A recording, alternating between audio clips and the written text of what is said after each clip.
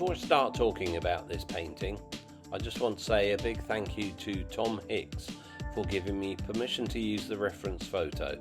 You can check out some of his brilliant photography at www.solentaction.com. The first few clips of this painting, taken in time-lapse, show that I'm trying to recreate the picture in a fairly standard way. But once again I felt that really wasn't me, and so I've gone over the blues and the greys which I created with light blue and a cadmium orange. I've gone over that completely, and now I'm jazzing it up with more of a cadmium orange, cadmium yellow, some cadmium red and some alizarin crimson, and of course titanium white to go over the picture. Now we've moved on from the time lapse, and the rest of this video, probably about 7 minutes, is a much sped up but still a full recording, painting the picture through to the end. I've talked about the colours I use. My paints are mainly Sennelier paints. I find them really bright and really good quality, and for my brushes I use rosemary brushes.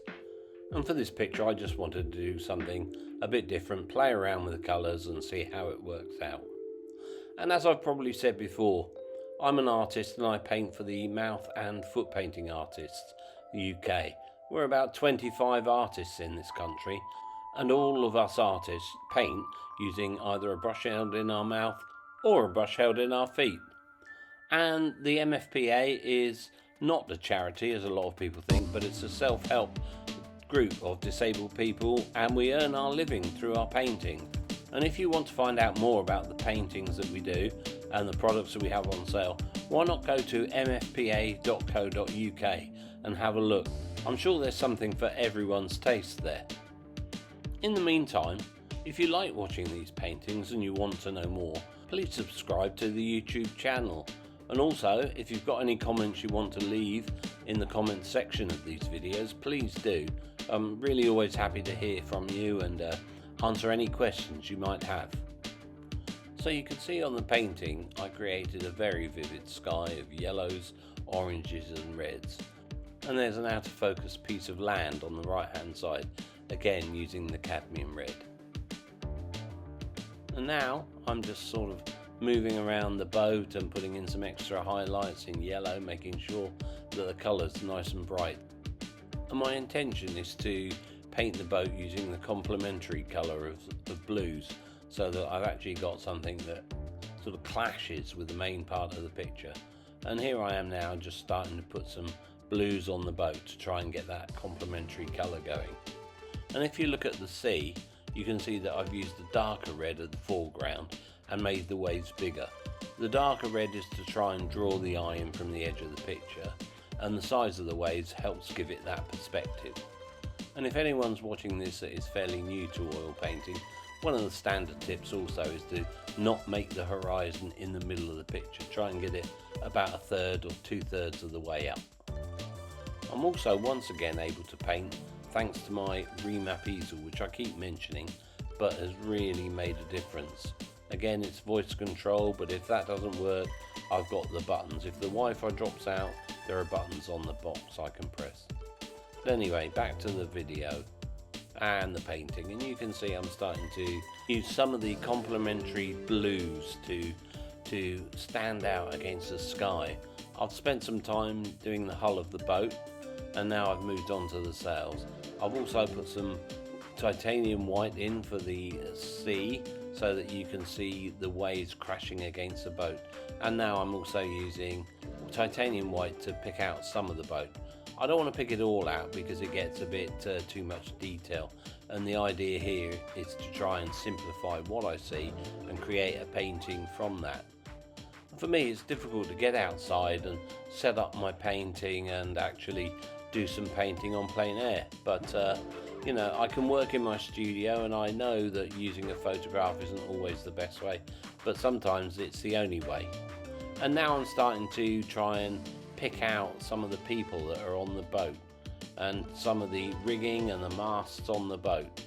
I've drawn a straight line there, hopefully it's straight, and I'm using a fairly thin rosemary brush for that and picking out highlights on the boat. A lot of what you see now will be me sort of refining and trying to get it all right, and then the last bit will be working on the boat itself. And now I'm repositioning the easel just so that I don't have to stretch too much to reach certain parts of the painting. And although that looks like a small painting, and it probably is, the easel will take much bigger paintings and canvases, so I can, move it to within my own reach. And here I'm just refining and getting the people right on the boat, and trying to, at the moment, just create one block of shape so that I don't get too worried about the detail. I'm now very much in the refining stage of the painting, and that's what you'll be seeing for the next few minutes of the painting. There's not going to be many changes now. I've decided on the tones and the colours, and I'll pick out highlights and some of the people and some of the rigging on the boats. And I did forget to say at the beginning that this picture by Tom Hicks is around the Isle of Wight, so it's around the island sailing, and I think thank you to Tom Hicks for letting me use these pictures, because they're great reference, and I hope he likes what he sees when I show it to him. And please don't forget, if you want to see the work of our other UK mouth and foot painting artists, just head on over to mfpa.co.uk. There's some really great work there, and I'm sure you'll love what you see. Now I'm closing in on the final bits of the painting, touching up the sea, the sky, and I'll be adding the rigging as well, just trying to make sure I've got everything as I want it before I finish. And sometimes knowing when to finish a painting is often the hardest part. We look at it and we step back and we think, is it right, or do I go on and add a bit more? And often if you go on and add a bit more, you can overwork the painting. And when this is finished, I'll be sending the painting off to the MFPA publishers in London. The paintings that we submit, myself and the other mouth and foot painting artists, the publishers will decide then if they want to use it as a card or in a calendar or on some other product. I don't know if this picture is particularly calendar or card material, but I love painting it. I do like painting seascapes. They're one of my favourite subjects. I don't know if it's the fact that I was born in Weymouth right by the sea that has anything to do with it, but I've always been captivated by seascapes, and I think that's reflected in quite a few of the pictures that I've painted. Anyway, we really are coming to the end of this painting now. I hope you've enjoyed it. I've talked quite a lot. I hope I've tried to explain the way I paint and how I paint and the colours I use and why I choose to use those colours. But like I said before, if you've got anything that you would like to know, please leave a message in the comment section at the bottom of this video, and I'll try and answer it as best I can. So thank you to the MFPA for giving me the opportunity to become an artist and encouraging me and helping me along the way since I joined in 1998. That really is all for now. I hope you like this picture.